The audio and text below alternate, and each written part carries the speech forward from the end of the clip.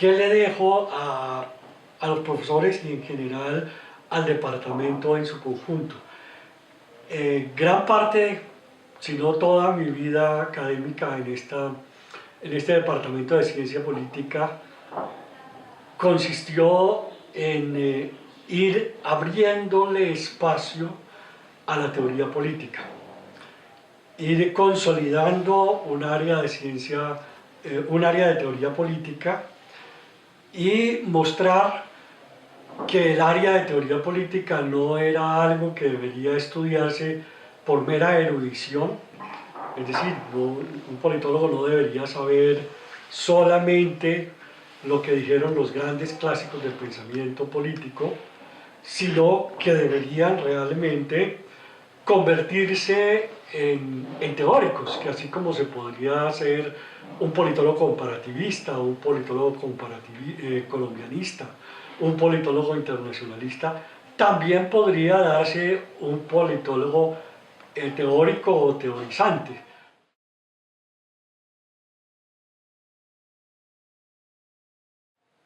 Les dejo un legado que he repetido en mis clases, en casi todas mis clases, y todos los que han tomado clase conmigo lo saben. Además de decirles que la teoría se ocupa de la elaboración de conceptos y la búsqueda de sentido para el análisis de los fenómenos políticos, también les he enseñado que comprender la comprensión de un fenómeno político no se encuentra en su simplificación. Normalmente en la vida cotidiana y en la enseñanza básica, primaria y secundaria nos dicen que la mejor explicación es la más sencilla. Lo que yo les he dicho en todas mis clases y de muy distintas maneras a mis estudiantes es que la comprensión está en la complejización, que la realidad no es sencilla, que la realidad es compleja y que es precisamente reconociendo esa complejidad cuando uno gana en comprensión, donde uno gana en comprensión de un fenómeno.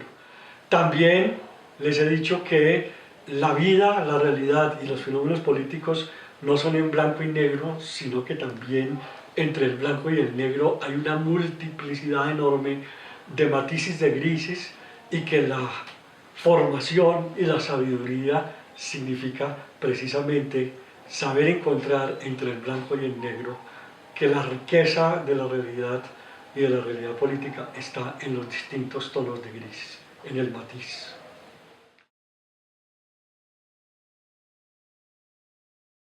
Me gustaría verme abierto de entrada a esa riqueza enorme de la diversidad, de la praxis y de la reflexión de lo social, porque el llegar a eso pues costó siempre de alguna manera un proceso de aprendizaje a veces difícil y a veces doloroso, para dejar la actitud de cierre, la actitud de autosuficiencia que finalmente lo lleva a uno a posiciones dogmáticas, y como toda posición dogmática encierra mucho de ignorancia.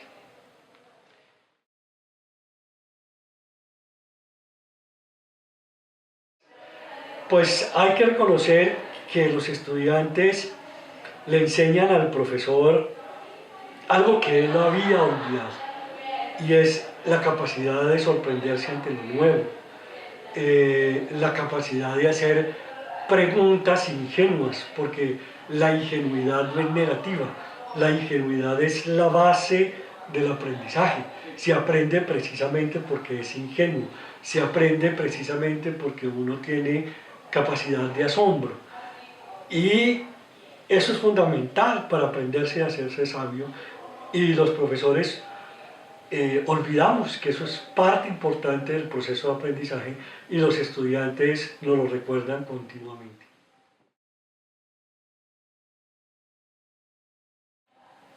Esos referentes fueron, uno, mi padre.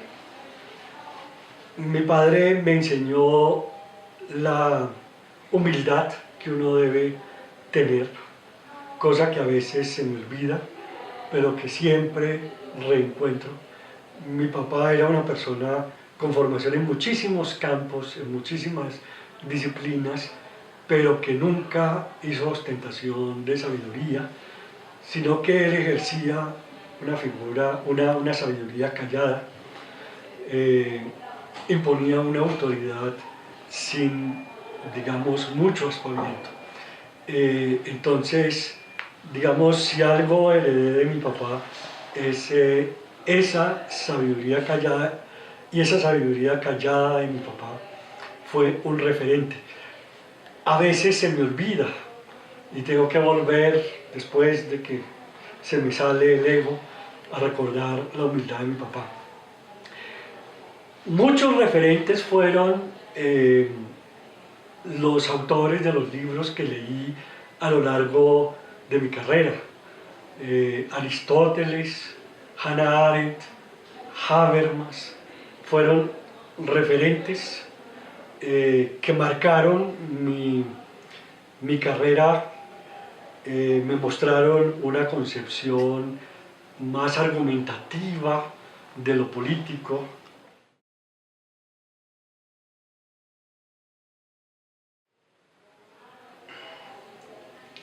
En realidad es una pregunta difícil porque a uno lo definen muchas actitudes. En realidad uno no es nunca una sola actitud, es muchas actitudes. Pero si la opción es que solo hay que coger una, yo escogería no una sino dos. Okay. Reflexión e impulsividad. La impulsividad me lleva a no creer de entrada y a dudar de todo de entrada. Y la reflexividad me lleva a ver por qué asumí esas dos actitudes, de dudar de todo de entrada y después por qué reflexiono sobre eso que dudé. Yo creo que eso se resume, el balance de esas dos cosas sí da una sola palabra, y es prudencia. La prudencia sería un término medio entre el arrojo y la impulsividad y la reflexión tranquila. Yo creo que he sido un poco de las dos cosas. Eso es lo que podría decir. Y esas dos cosas me han servido un poco para ver más allá de la ciencia política tradicional, pero al mismo tiempo ser crítico con eso mismo que encuentro. Como le escribió Newton a un amigo, y frase que después se convirtió en el título de un libro de Stephen Hawking, tengo que reconocer que finalmente la impulsividad y la reflexión pues las aprendí subiéndome a hombros de gigantes.